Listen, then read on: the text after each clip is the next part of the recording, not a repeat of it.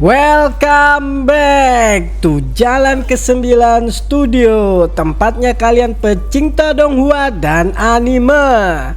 Kali ini kita akan membahas habis seputar Perfect World. Saksikan terus ya guys ya. Shihou berdiri di tengah-tengah kawasan yang dihiasi oleh pohon-pohon kuno tinggi menjulang. Dengan mata yang tajam ia mengamati sekeliling, merasa ada sesuatu yang tidak beres. Lingkungan ini terasa sangat sepi, namun ketenangan itu justru membuatnya semakin waspada. Pedang abadi-abadi di tangan siap menghadapi ancaman apapun yang bisa muncul kapan saja. Tiba-tiba terdengar suara langkah kaki dari kejauhan. Seorang kultivator dari 3000 provinsi bergegas datang ke arahnya. Shihou segera mengingatkan orang itu untuk berhati-hati, namun tak lama kemudian suara jeritan menyayat terdengar. Seseorang telah jatuh tewas dalam sekejap. Ini adalah peringatan yang jelas bagi Shihou bahwa ancaman yang ada di sekitar mereka jauh lebih mengerikan dari yang ia bayangkan. Dengan pedang terhunus, Shihou bergerak dengan hati-hati. Ia tahu bahwa makhluk yang melintas perbatasan desolat tidak akan berdiam diri begitu saja. Namun tidak ada tanda-tanda makhluk itu bergerak, dan ketegangan yang tercipta membuatnya merasa ada sesuatu yang mengintai. Shihou merasakan seolah-olah dia sedang diperhatikan oleh makhluk dari dunia yang lebih gelap dan liar. Saat ia menggunakan mata surgawi untuk mencari keberadaan makhluk-makhluk itu, seberkas cahaya merah menyala tiba-tiba menghujam matanya, menyebabkan rasa sakit yang luar biasa. Ini adalah peringatan bahwa makhluk itu bersembunyi dengan sangat rapi, sulit terdeteksi bahkan oleh kekuatan luar biasa milik Shihou. Shihou segera menyadari bahwa musuhnya bukanlah makhluk biasa. Sebuah bola mata besar muncul menyembul dari kehampaan dengan cahaya merah yang memancar. Setiap kali bola itu terbuka, ia mengeluarkan kekuatan luar biasa yang menghentikan semua materi di sekitarnya. Namun Shihou tidak menyerah. Ia melancarkan serangan dengan kekuatan penuh, menggunakan pedang abadi dan mengerahkan teknik terkuatnya, memanggil petir dan kekuatan ilahi untuk melawan bola mata tersebut. Terjadilah pertempuran sengit antara keduanya. Ledakan cahaya dan gelombang energi tak terhitung jumlahnya saling bertubrukan. Bola mata itu mulai mengeluarkan kekuatan yang semakin besar. Ternyata ia bukan sekedar bola mata biasa. Ketika terbuka, bola mata itu memancarkan kilatan api merah yang begitu mengerikan, mampu menghancurkan segala sesuatu yang ada di depannya. Dalam sekejap, seluruh tempat itu dipenuhi dengan darah yang mengalir dari ruang hampa, memancarkan niat membunuh yang sangat kuat. Shihou tidak gentar. Ia menggunakan semua kekuatannya, memanggil kolam petir yang besar dan penuh dengan pancaran listrik ilahi. Kekuatan petir dan darah bertabrakan, menciptakan ledakan luar biasa yang mengguncang seluruh kawasan. Dalam puncak pertempuran, bola mata itu akhirnya mengungkap beberapa rahasia. Ia mengungkap bahwa luka yang dideritanya bukanlah akibat dari pertarungannya dengan Shihou, melainkan karena tombak perang kuno yang menusuknya. Ternyata bola mata ini adalah bagian dari sesuatu yang lebih besar, sesuatu yang jauh lebih kuat. Bola mata itu menyatakan bahwa Desolate Border hampir tidak ada lagi. Seluruh dunia akan segera terhubung kembali. Namun Shihou tidak sepenuhnya percaya pada kata-kata itu. Ia mendesak bola mata untuk mengungkap lebih banyak, dan akhirnya bola mata itu mengungkap bahwa setelah luka yang dideritanya, banyak waktu telah berlalu, 10.000 tahun untuk lebih tepatnya. Ini menunjukkan bahwa makhluk ini adalah entitas yang sangat kuno dan berbahaya. Ketegangan semakin memuncak. Si Hao merasa bahwa meskipun ia telah melakukan segalanya untuk menghentikan bola mata ini, musuhnya masih sangat kuat. Bola mata itu semakin mengamuk, menunjukkan bahwa ia bisa menghancurkan begitu banyak dengan kekuatan yang masih tersisa. Namun si Hao tak akan menyerah. Ia menggerakkan tombak perunggu dengan sekuat tenaga, terus melancarkan serangan tanpa henti. Pertempuran semakin intens dengan segala kekuatan luar biasa yang saling bertabrakan dan ledakan energi yang mengguncang seluruh semesta alam. Dengan tombak yang hampir menghancurkan bola mata itu, darah memercik ke segala arah. Pupil bola mata yang merah padam menyala dan aura dingin serta suram menyelimuti kehampaan. Si Hao tahu bahwa bola mata itu terlalu berbahaya untuk dibiarkan hidup begitu lama, sehingga ia melancarkan segala jenis teknik berharga untuk mengalahkannya. Namun bola mata itu justru membentuk sebuah lubang hitam yang menghisap segala yang ada di sekitarnya. Dengan cepat, si Hao membalas menggunakan teknik Dewa Wilau, mengirimkan cabang emas yang merobek kehampaan dan menghancurkan lubang itu. Meski terkejut, bola mata itu tidak menyerah dan tetap meluncurkan serangan. Si Hao terus bertarung, tetapi saat tombak perunggu yang patah mulai bergetar dan bersinar terang, ia merasa ada sesuatu yang aneh. Ternyata tombak itu berkaitan erat dengan inti pedang yang dimilikinya. Ketika tombak itu mulai hidup kembali, bola mata yang seharusnya tak terkalah pun merasa terancam. Teriakan bola mata yang panik semakin kuat. Namun tak lama setelah itu, tombak itu meledak, menyeret bola mata dalam kehancuran. Ledakan dahsyat menghancurkan bola mata tersebut, memercikkan darah ke seluruh arah. Si Hao berdiri tegak, merasa sedikit terkejut dengan kehebatan pedang abadi yang dimilikinya. Namun pertarungan ini baru saja selesai dan tempat ini kembali tenang, meskipun masih menyisakan darah dan debu perunggu yang rusak. Setelah pertempuran yang menegangkan itu, si Hao merenung sejenak. Ia menyadari bahwa bola mata itu bukanlah musuh biasa. Itu adalah makhluk yang sangat kuat dan misterius, dan bahkan setelah hancur, ia merasa bahwa ancaman besar masih menghantuinya. Menyadari bahwa perbatasan desolat makin tidak stabil, perang besar akan segera melanda dunia, si Hao memutuskan untuk melanjutkan perjalanan. Ia tahu bahwa untuk menghadapi bencana yang akan datang, ia harus lebih kuat. Tanpa waktu untuk ragu, ia mulai berlari dengan cepat menuju masa depan yang penuh bahaya. Saat melangkah lebih jauh, si Hao merasa bahwa wilayah terlarang ini sangat aneh. Beberapa tempat tampak bisa diterbangkan, namun yang lain memiliki hukum alam yang bisa menjatuhkan siapa saja. Meskipun begitu, si Hao tidak gentar. Ia terus maju meskipun sepanjang jalan ia melihat banyak mayat yang misterius. Semua orang ini meninggal tanpa luka, seolah mereka dijebak oleh kekuatan tak terlihat. Namun saat ia semakin dalam menjelajahi wilayah ini, gelombang kabut darah tiba-tiba melonjak, membawa mayat-mayat yang muncul dari tanah.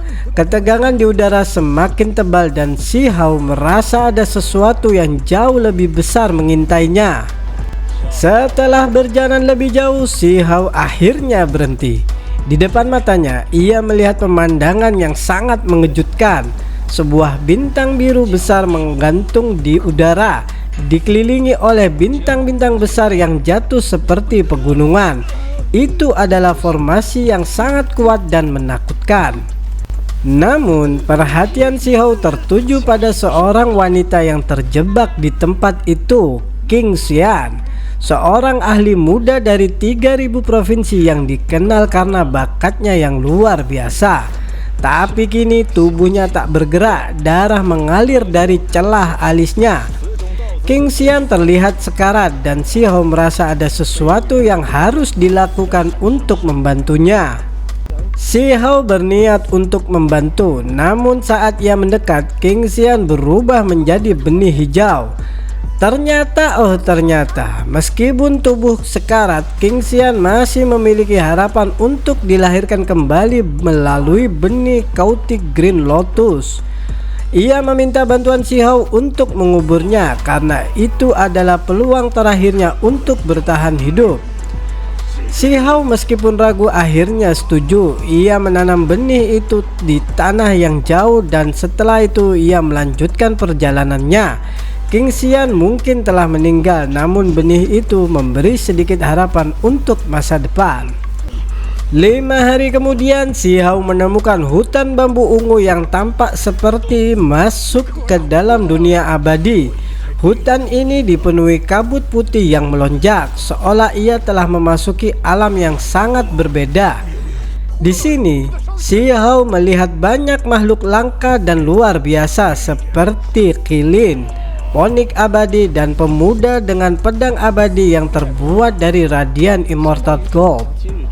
Si Hao terkejut, ia merasa sedikit pusing dan bingung. Semua yang dilihatnya sangat mencurigakan, terutama makhluk-makhluk yang tampak berasal dari dunia yang sangat berbeda.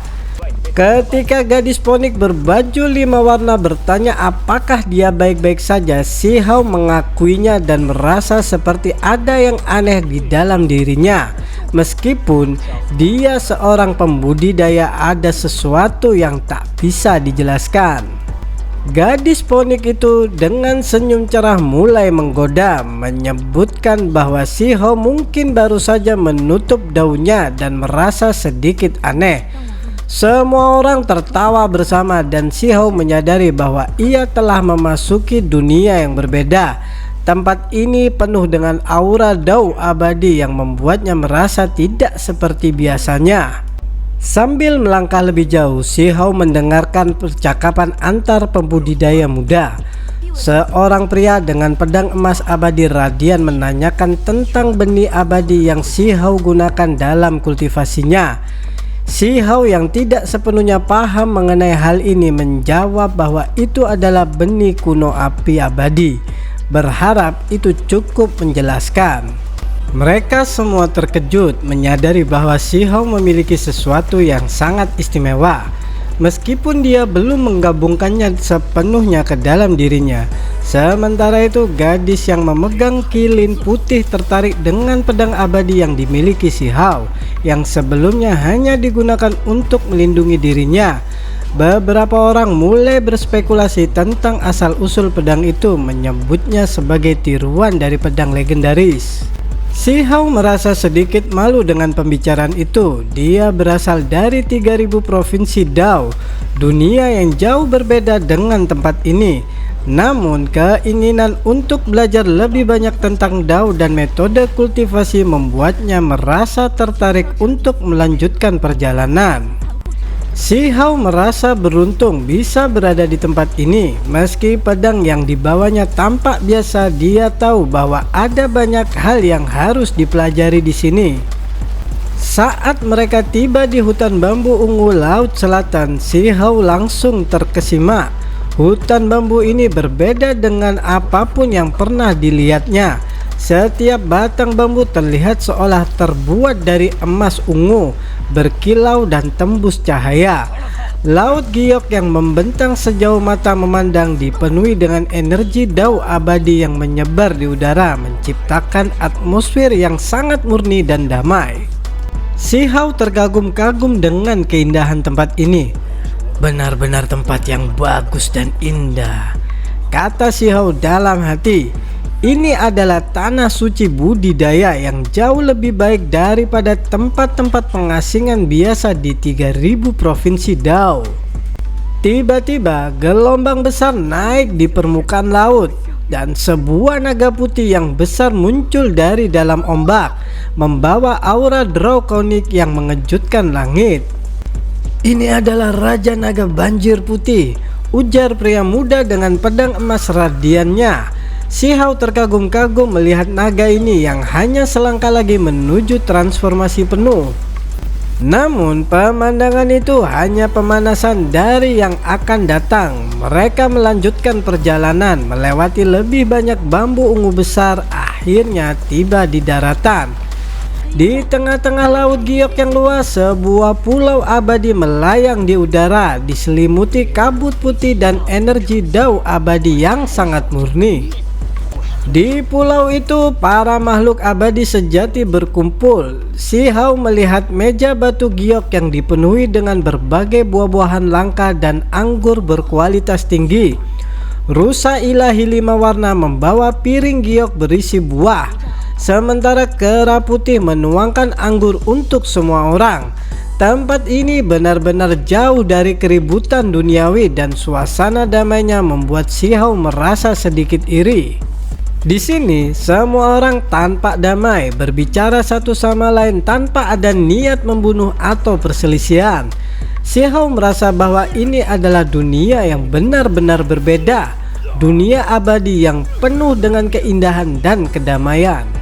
Tiba-tiba cahaya warna-warni yang abadi bersinar dengan indah dan seorang pria parubaya muncul dari kejauhan, berjalan di jalur ungu kemasan yang membentang dari luar laut ke pulau. 6 dao reinkarnasi Immortal King telah datang, teriak wanita muda yang memegang kilin putih. Si Hao terkejut, ia belum pernah mendengar nama Raja Abadi ini sebelumnya. Tetapi melihat kekuatan yang terpancar dari dirinya, ia bisa merasakan kehadiran yang luar biasa.